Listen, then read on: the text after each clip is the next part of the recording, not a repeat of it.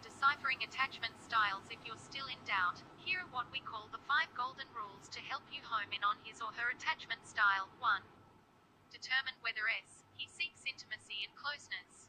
This is the number one question to ask yourself about your partner.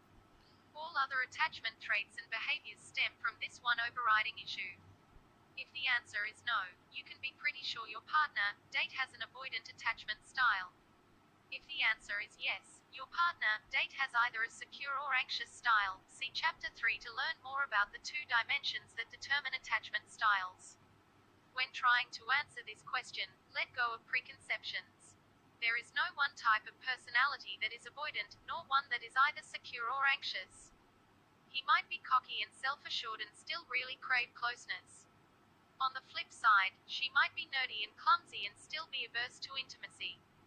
Ask yourself, what does this particular behavior indicate about his or her attitude toward intimacy and closeness? Are they doing or not doing something because they want to minimize intimacy?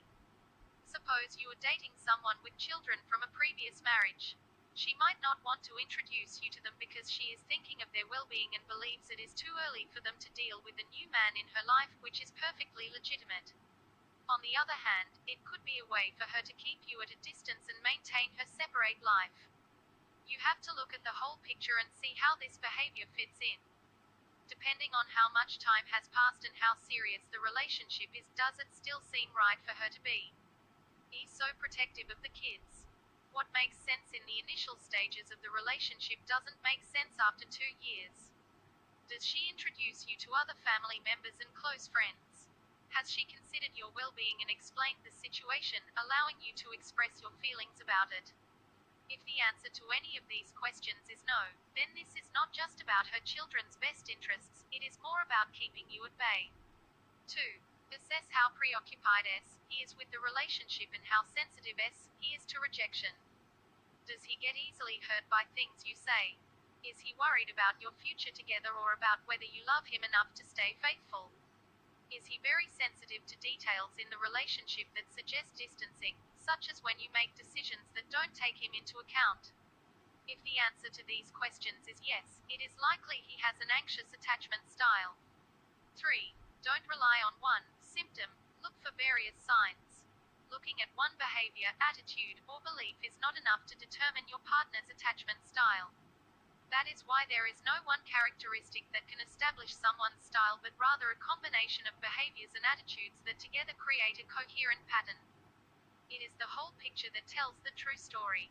Not being allowed to meet your partner's kids can be very frustrating, but if she is also able to talk about the subject, listen to your frustration, and find other ways to let you into her life, it doesn't necessarily indicate an inability to be close.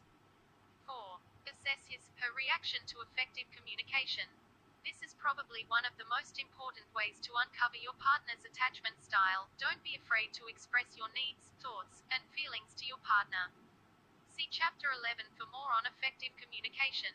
What often happens when we're dating is that we censor ourselves for different reasons. We don't want to sound too eager or needy, or we believe it's too soon to raise a certain topic. However, expressing your needs and true feelings can be a useful litmus test of the other person's capacity to meet your needs.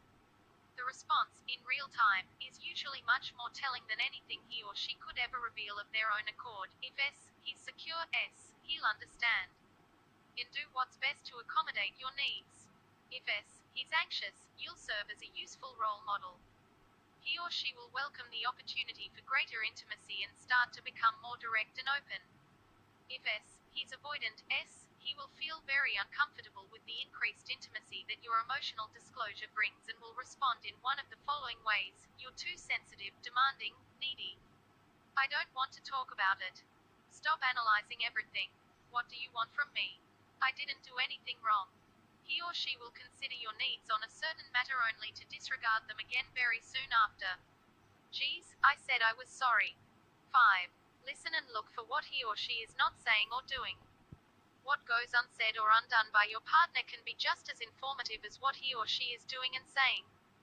Trust your gut feeling. Consider these examples. At midnight on New Year's Eve, Rob kissed his girlfriend and said, "I'm so glad that I'm with you. I hope that this will be the first of many New Years for us together." His girlfriend kissed him back but did not reply. 2 months later they separated. During an argument, Pat told her boyfriend, Jim, that it bothered her that they never made plans ahead of time. She felt more comfortable and secure if she had advance notice and a better sense of their plans. Jim didn't answer, he just changed the subject. He continued calling only at the last minute. She mentioned it again, but again he ignored her. Finally Pat gave up on the relationship. In these cases, what Rob's girlfriend and Jim didn't say spoke louder than any words.